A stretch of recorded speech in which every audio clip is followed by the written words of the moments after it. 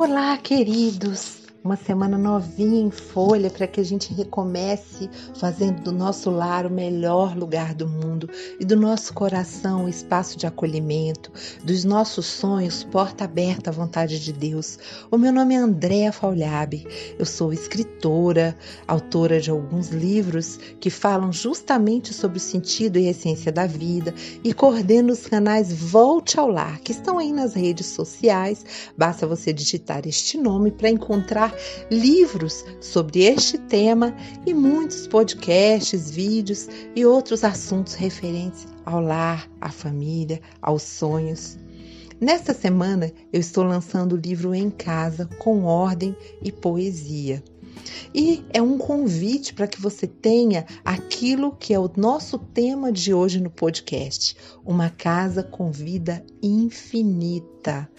Tão diferente das casas que nós vemos aí, muitas vezes nos programas, filmes, redes sociais, casas onde há contenda, discórdia, problemas, dívidas, ansiedade. Em todas as casas nós vamos encontrar lutas, porém algumas coisas traçam a diferença entre uma casa onde todas as coisas perecem e uma casa com vida infinita. Muitas pessoas carregam dentro do coração aquele sonho de morar num lugar pacato. Alguns pensam em ir para o interior, outros em ir para o exterior. Alguns imaginam, olha, eu vou comprar minha chácara e ali eu vou ter paz e sossego. E eu um dia ouvi uma frase muito interessante de um pensador que dizia que mesmo que você vá para o Himalaia, no momento em que passar aquele helicóptero de busca, procurando pessoas ou filmando alguma coisa, se você não tiver paz interior, você não vai encontrar um ambiente de quietude. O importante é que, em primeiro lugar, a vida infinita comece dentro de você, antes de você ter aquela casa onde as borboletas vêm para um jardim, onde a cozinha sempre tem um perfume delicioso, onde as pessoas estão sorridentes e se abraçando. Bom, em primeiro lugar, a Bíblia nos diz assim, aliás, Jesus nos disse: quem crer em mim, como diz a Escritura, do seu interior fluirão rios de água viva. Isso está ali no livro de João. Acontece, gente, que não há outro caminho. Quando você entende o senhorio de Jesus e que é Ele quem equilibra em si todas as coisas lindas, Ele é que traz toda a abundância para a nossa história, então nós começamos a proclamar o nome de Jesus, a ler a sua palavra, a entender, a colocar louvores e tudo é transformado. Mas temos algumas coisas ainda que são muito, muito importantes, sabe? Para que a gente alcance essa casa com uma vida infinita. É importante que a gente comece a passear nos cômodos dessa casa, dando fim a tudo aquilo que relembra a morte.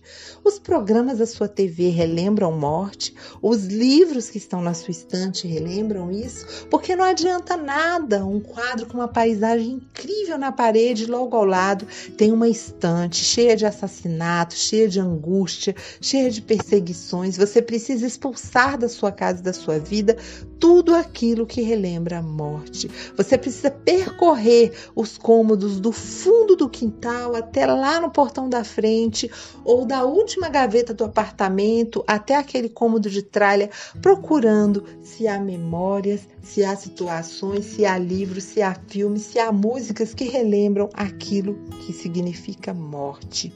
E depois você precisa colocar a vida nas suas escolhas. Sabe, a palavra de Deus nos diz ali no Salmo 119, de 1 a 3, o seguinte: como são felizes os que andam nos caminhos irrepreensíveis, que vivem conforme a lei do Senhor. Como são felizes os que obedecem aos seus estatutos e de todo o coração o buscam. Não praticam o mal e andam nos caminhos do Senhor. O que isso significa, gente? Viver conforme, não é só passar um tempinho na igreja. Viver conforme a lei do Senhor significa que você vai ter escolhas que vão silenciar suas palavras de ira, que você vai começar a ter uma vida assim de muito mais tranquilidade, no sentido de procurar lugares, companhias e tudo aquilo que faz bem. e que a palavra de Deus diz que é abençoador. E como são felizes os que obedecem. Gente, obedecer parece uma coisa fácil, mas nós temos a nossa própria vontade e os estímulos externos. Só que o nosso olhar vai estar nos estatutos de Deus e ainda tem mais uma parte que diz de todo o coração, que é aquele desejo profundo, aquele desejo de ficar buscando aquilo que é de Deus. O não praticar o mal, quantas pessoas dizem, mas eu sou uma pessoa boa, eu nunca fiz o mal para ninguém.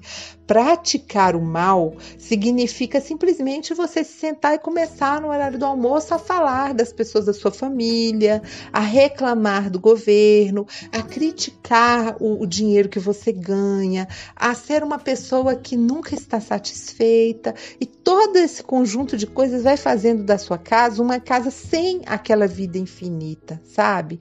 E a vida do rio de Deus que flui dentro de você vai fazer com que você procure consertar as coisas, consertar os relacionamentos, pôr em ordem ali a sua mesa do café, procurar um lugar para se sentar com a sua família. São tantas coisas maravilhosas, e eu quero encerrar a minha fala deixando para você duas palavras que estão ali em Provérbios 24, são lindas e dizem assim: a casa do sábio tem comida e azeite armazenados, mas o tolo devora tudo que pode. Isso está falando o quê? De provisão, de algo para oferecer, de algo para compartilhar, da maneira de saber usar, não apenas para nós começarmos aí a ostentar aquilo que temos, mas para usarmos de uma maneira inteligente. E no outro versículo diz assim: na casa da pessoa sábia os quartos ficam cheios de coisas bonitas e de valor. Olha só, por quê? Porque o sábio, ele cuida daquilo que tem, ele olha para um objeto e pensa, poxa, isso deu trabalho para alguém, isso me custou dias de trabalho, isso me custou dias em que eu saí cedo e fiquei longe da minha família, então eu vou cuidar bem, não colocando o meu coração neste objeto, mas colocando o objeto a serviço da família. Então são muitas coisas lindas para tornar a nossa casa um lugar de vida infinita. Hoje à noite, nós teremos o lançamento do livro Em Casa com Ordem e Poesia. É um lançamento que vai ocorrer para as pessoas que adquirirem o livro e para aquelas que são parceiras de divulgação. E eu quero te convidar a já caminhar com o Senhor, convidando-o também, em primeiro lugar, de modo que ele seja essa água viva que flui por dentro da sua casa. Abra mão das escolhas ruins. Não fique namorando com aquilo que não tem a menor graça, que não tem o menor valor. Não utilize as modas e as coisas que o mundo prega para colocar a sua casa em risco. Sabe? Corra para o Senhor e faça, como diz o Salmo 119, obedeça seus estatutos de todo o coração e o busque. Uma ótima semana, fique com Deus.